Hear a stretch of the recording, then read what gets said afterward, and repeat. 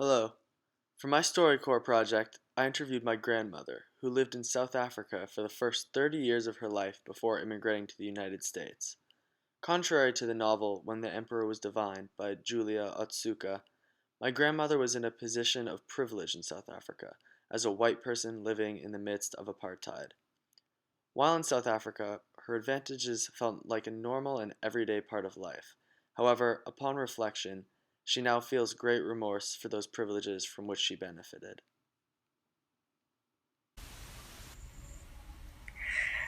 You asked me if about the power differential. I feel very much guiltier nowadays about the way I was in South Africa than I did at the time.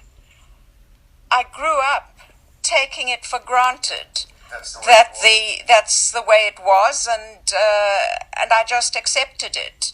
I came from a family that was very good to its servants.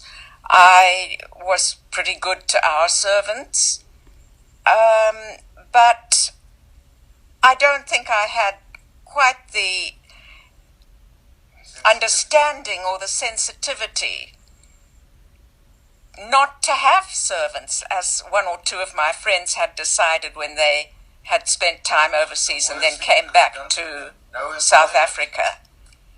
So I feel bad now about the way that our servants worked very hard and had very little in their lives. And I think I could have been more generous instead of just having been fair. And as to social relationships, I feel bad too, because I never made friends with them or tried to talk to them as an equal. No, I was the employer and they had to show me respect. If they didn't show me respect, then something was wrong. So it was customary to lock up your food. I now feel totally ashamed of having had a kitchen cupboard with a key, that I would lock up the jam and the sugar and the tea because otherwise it would disappear too quickly. I feel contempt for myself because of that, but I took it for granted then. So socially and hierarchically, I have plenty I now regret.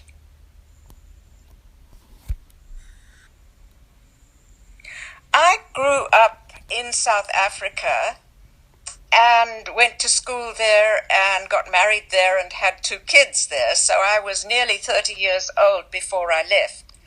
I had experience with servants all my life because my parents had several servants, and when I got married and had first a maid to cook for me, and then later on a nanny, and then later on a house with a gardener as well.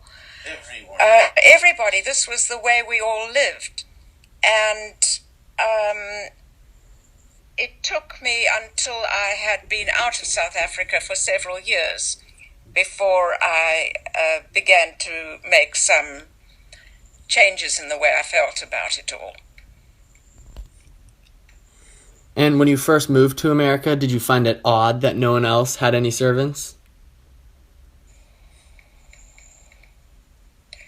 No, I totally expected it because I'd had friends who had lived overseas for varying amounts of time, and they knew, I knew there were no servants. One could, of course, always get a cleaning lady, but I wasn't, I was a student's wife. We did our own cleaning.